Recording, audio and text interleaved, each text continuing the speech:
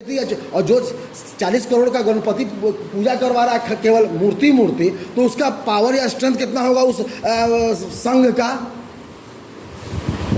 Right? लेकिन हुआ कुछ नहीं। तो 6 करोड़ का इंश्योरेंस करने के लिए गणपति वाले को 32 लाख का प्रीमियम देना पड़ा है।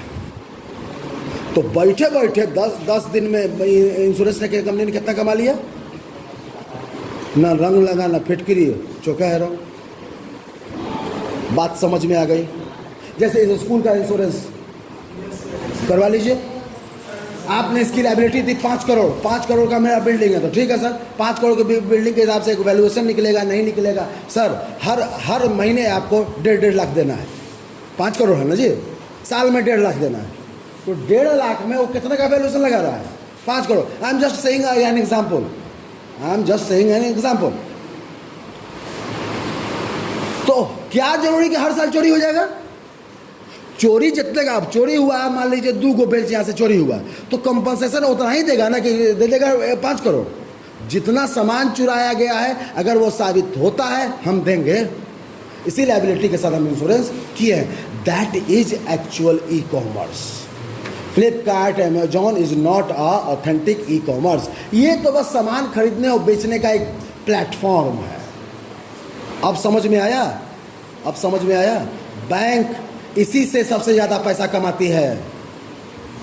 आपको क्या लगा? मेरी सैलरी मान लीजिए 10,000 रुपये मेरे अकाउंट में 15 तारीख या 10 तारीख को मेरे अकाउंट में जमा हो गए। क्या 10,000 में छोड़ दूंगा कि अपना चावल, दाल, हल्दी, तेल, मसाला खरीदूंगा? तो 10,000 में से 10 रुपया नहीं बचेगा। तो जब उस महीने में 7 दिन के बाद 1 रुपया बचा ही नहीं, तो बैंक उस पैसे का यूज कैसे करेगी? जब यूज ही नहीं करेगी तो कमाएगी नहीं। जब अर्न नहीं करेगी तो आपको इंटरेस्ट कहाँ से दे रही है? That is e commerce. आप समझिए, यहाँ 2 तरह या 3 तरह के अकाउंट होते हैं। That is saving account, current account and demat account. Note it. Bank accounts और तीनों अकाउंट को नोट कीजिए। इसीलिए मुझे इस चैप्टर में इस पार्ट में टाइम लगेगा। इसीलिए अपने दिमाग के धूल हटा लीजिए। केवल फ्लिपकार्ट और अमेजॉन अगर लिख के गए तो आपको 1 नंबर नहीं देगा।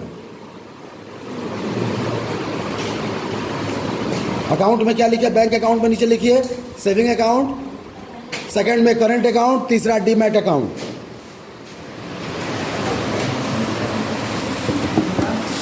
Demat, DEMAT।